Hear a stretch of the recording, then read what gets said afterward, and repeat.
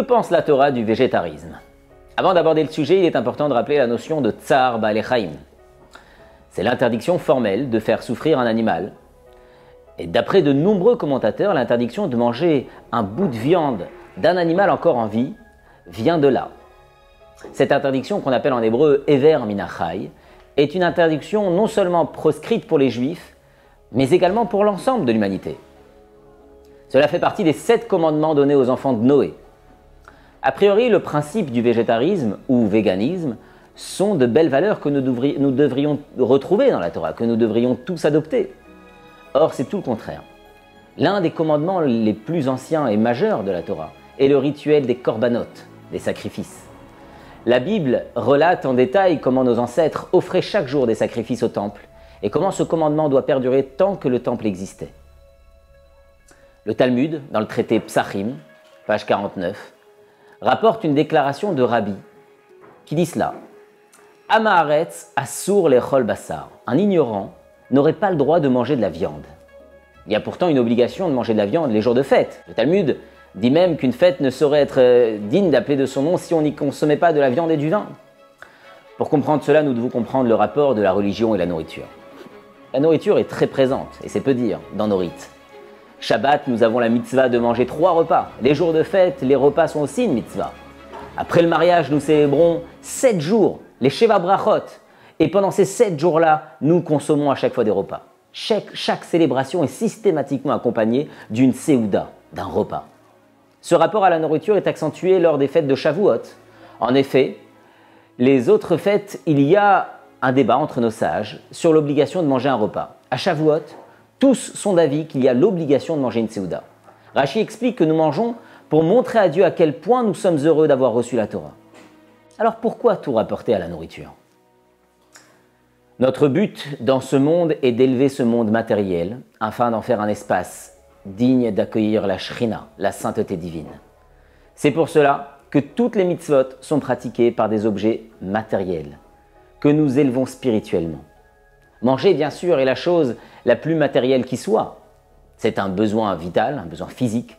Lorsque nous mangeons avec une bénédiction, en ayant comme intention, comme kavana, de prendre des forces pour mieux servir Dieu grâce à cette nourriture, eh bien nous élevons la nourriture et nous élevons notre corps. De par l'impact direct que la nourriture a sur le corps, forcément l'élévation qui en suit est plus élevée encore que l'élévation que peut apporter l'accomplissement d'une mitzvah ou d'une étude qui serait spirituelle. C'est d'ailleurs pour cela que nous trouvons le parallèle entre manger un repas et approcher un sacrifice. De là vient également la comparaison entre la table sur laquelle nous n'avons pas le droit de nous asseoir et le misbeach, l'autel, là où on apportait les korbanot, les sacrifices. À partir de ce principe, nous pouvons comprendre pourquoi certains aliments sont interdits à la consommation. Ceux que nous ne pouvons pas élever nous sont interdits. Revenons-en à notre sujet, le végétarisme, le véganisme, etc. Cela ne peut être une valeur morale encouragée dans la Torah. Bien au contraire, la Torah nous ordonne de consommer de la viande. Car non seulement nous ne causons pas de tort à l'animal, mais au contraire, nous l'élevons. Nous permettons à la viande animale d'atteindre un niveau spirituel qu'elle n'aurait jamais pu atteindre, un niveau supérieur. Le monde a été ainsi créé par Dieu. La terre est composée de 4 éléments. Le minéral, le végétal, l'animal et l'humain. Chaque catégorie a la vocation de s'élever au niveau supérieur. L'humain, lui, n'a au-dessus de lui que le Créateur. Pour s'élever en rang de Créateur, si on peut dire, il doit accomplir les mitzvot ainsi. Ainsi, il élève le matériel et devient l'associé de Dieu. Cependant, pas tout le monde ne peut élever le matériel. Voilà pourquoi, d'après Rabbi, un ignorant ne devrait pas manger de viande en semaine. Alors, Shabbat, c'est différent. Shabbat, Dieu donne la capacité à chacun de pouvoir élever la viande.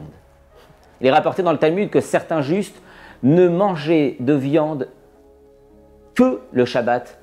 Et ce n'était pas pour des raisons véganes, mais parce qu'ils ne se sentaient pas capables en semaine d'élever cette viande-là. D'ailleurs, Maïmonide dit que lorsqu'à un repas, nous servons du poisson et de la viande, nous devons manger le poisson en premier, car il est plus facile à digérer. Il entend par là non seulement la digestion au sens propre, mais également sur le plan mystique. Le poisson est plus facile à être élevé que la viande. Nous allons conclure par une jolie anecdote du Baal Shem Tov. Un jour, un de ses élèves lui demanda « Rabbi, comment est-ce possible de manger tout le temps les Shem Shamaim avec une intention divine? Parfois, on a des envies, on ne mange pas forcément avec cette bonne intention. » Le Baal Shem Tov dit à cet élève d'aller dans un village voisin et de demander la maison d'un juif qui habitait là-bas. Lui saurait lui dire. Lorsque l'élève arriva, il fut très étonné par l'apparence du juif. Il s'attendait à voir un homme maigre qui ne mangeait que lorsqu'il en avait besoin. À sa stupéfaction, il tomba sur un homme très bien portant qui ne se privait de rien. Alors il demanda à l'homme pourquoi il mangeait autant. L'homme lui répondit qu'un jour il vit un juif se faire frapper par une bande de bandits. Il s'approcha pour le défendre et il réussit à lui sauver la vie de justesse. Depuis ce jour, dit-il, je mange chaque repas en pensant à ce juif et à prendre des forces pour la prochaine fois où je devrais me battre pour sauver un de mes frères. Voilà comment c'est possible de manger tout le temps les Shem Shamaim. Et voilà pourquoi le végétarisme n'est pas encouragé par la Torah. Parce qu'évidemment, le but est non seulement de s'élever soi-même, mais d'élever toutes les autres catégories autour de nous.